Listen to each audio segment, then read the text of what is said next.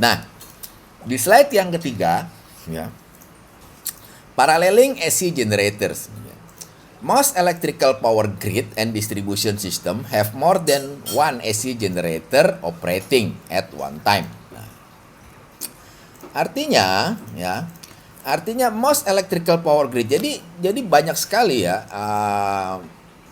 pembangkit dalam sistem distribusi itu memiliki lebih dari satu AC generator ya, operating at one time. Artinya apa? Artinya dia beroperasi dalam waktu yang sama atau bersamaan. Normally, two or more generators are operated in parallel in order to increase the available power. Ya. Normalnya dua atau lebih generator itu dioperasikan di paralel ya, dalam bentuk paralel ya. In order to increase the available power ya. Untuk apa? Untuk menaikkan daya. Nah, jadi supaya dayanya naik maka gensetnya di paralel. Three conditions must be met prior to paralleling or synchronizing AC generator. Nah, tiga kondisi ini harus terpenuhi ya, to be met ya. Harus terpenuhi prior itu sebelum genset bisa di paralel atau bisa di sinkron ya. Jadi ingat ya. Yang pertama, their terminal voltage must be equal ya. Jadi terminal tegangannya equal itu harus sama ya. If the voltage of the two AC generators are not equal, nah jadi kalau misalkan tegangan di salah satu generator itu nggak sama ya, one of the AC generator could be picked up as a reactive load to the other AC generator ya. Jadi dia jadi beban reaktif tuh. Nah, jadi beban reaktif. This causes high current to be exchanged between the two machines, possibly causing generator or distribution system damage. Nah, makanya kalau kita lihat persyaratannya, yang pertama adalah tegangannya harus sama. Kalau dia nggak sama, ya, maka this causes high current to be exchanged between the two machines. Ya, makanya dia rusak tuh. Ya.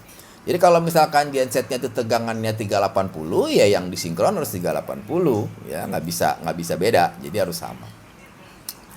Kemudian yang kedua adalah their frequency must be equal. Nah, yang pertama tadi tegangan harus sama, yang kedua frekuensinya. Ya. A mismatch in frequency of the two AC generators will cause the generator with the lower frequency to be picked up as a load on the other generator. Ya.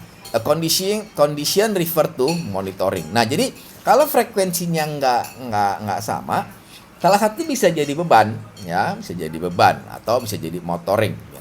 This can cause an overload in the generators and the distribution system. Ya.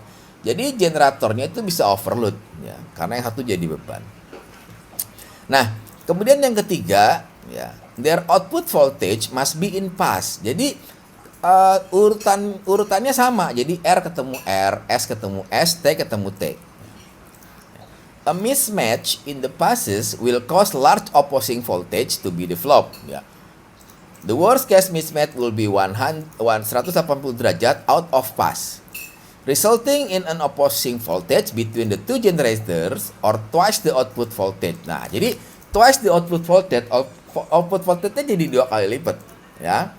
Nah, this high voltage can cause damage to the generators and distribution system due to high current.